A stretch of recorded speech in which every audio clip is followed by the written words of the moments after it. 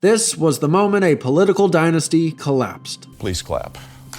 The Bush family, 2 former presidents, a governor, a deep-pocketed political machine, had lost the Republican base. A new America First movement was on the rise, and the Bush dynasty was getting left behind. But to understand how this happened, we have to go back to the beginning. What we do here is go back. I will faithfully execute the office of President of the United States. So help me God. Congratulations.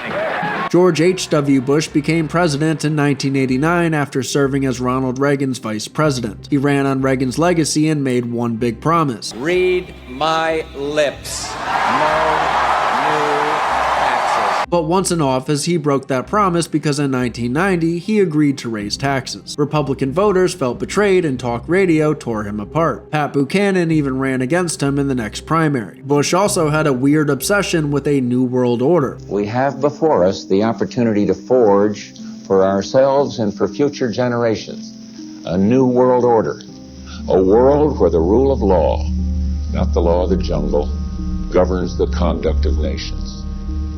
When we are successful, and we will be, we have a real chance at this new world order, an order in which a credible United Nations can use its peacekeeping role to fulfill the promise and vision of the UN's founders. He talked about globalism and building international coalitions, but to many conservatives, it felt like a betrayal. Reagan stood for peace through strength, while Bush only stood for compromise. And here's another thing that rubbed people the wrong way. Behind the cowboy boots and oil money, the Bushes weren't even real Texans. George H.W. Bush was born and raised in New England, same with George W., who was born in New Haven, Connecticut, while his dad was at Yale. They didn't move to Texas until later in life. The move was a political strategy. They wanted to look like plain-spoken Texans, but behind the scenes, they were Ivy League elites from the Northeast. So in 1992, H.W. lost re-election, only getting 37% of the vote. Ross Perot ran as a third-party candidate and peeled off some support, but many Republican voters simply stayed home. The trust was gone and the damage was done. The first crack in the Bush dynasty had appeared. Then came George W. Bush. He won in 2000, promising to be a compassionate conservative. After 9/11, Americans rallied around him and he launched the War on Terror, first Afghanistan and then Iraq. But Iraq was built on a lie. The Bush administration said there were weapons of mass destruction.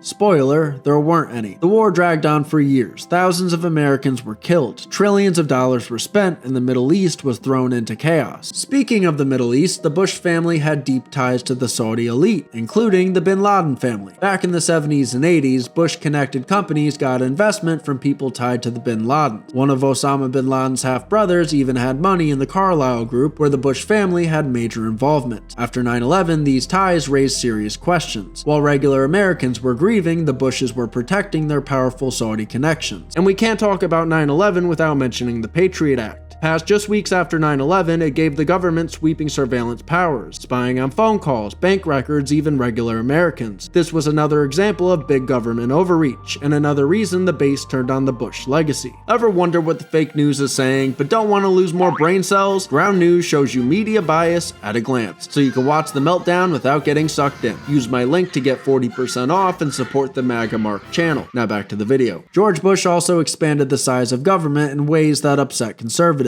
He signed the No Child Left Behind Act, a federal education law that increased Washington's control over schools. Many parents and teachers absolutely hated it. He also pushed a massive Medicare prescription drug benefit that ballooned government spending. These weren't small government policies, they were big government moves that left many Republicans frustrated. On top of that, Hurricane Katrina exposed government failures. The housing bubble burst and the 2008 financial crisis hit. By the time Bush left office, he had a 22% approval rating, the lowest of any modern president at that time. And worst of all, George W. Bush said nothing during Trump's presidency. When he finally did speak, it wasn't to defend Trump, it was to attack the MAGA movement. In speech after speech, Bush criticized the same Republican voters who once supported him. But by then, it was already too late. The Bush name had become a liability, and the proof came in 2016 when Trump took the gloves off. On a debate stage in South Carolina with Jeb Bush standing right there, Trump said what the base had been thinking for years. The war in Iraq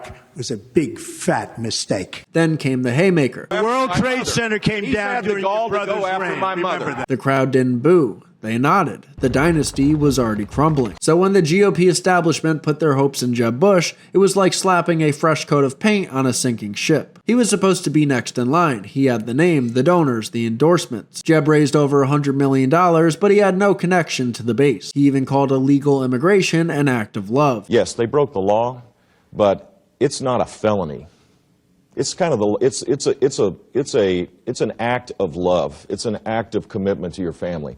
I honestly think that is a different kind of crime. He supported something called Common Core, a national education plan that most conservatives hated. He supported globalist trade deals, and he defended his brother's war record at every turn. Then came Trump. On stage, Trump called him low-energy Jeb, and it stuck. Every time Jeb tried to throw a punch, Trump hit back harder. Jeb said, "You're never going to be president of the United States by insulting your way to the presidency." Trump replied, I'm at 42 and you're at 3, so far I'm doing better. Doesn't matter. Jeb said his mom was the strongest woman he knew. Trump said then she should be running. The worst moment? That town hall where Jeb asked the crowd to clap. The next president needs to be a lot quieter, but send a signal that we're prepared to act in the national security interests of this country to get back in the business of creating a more peaceful world.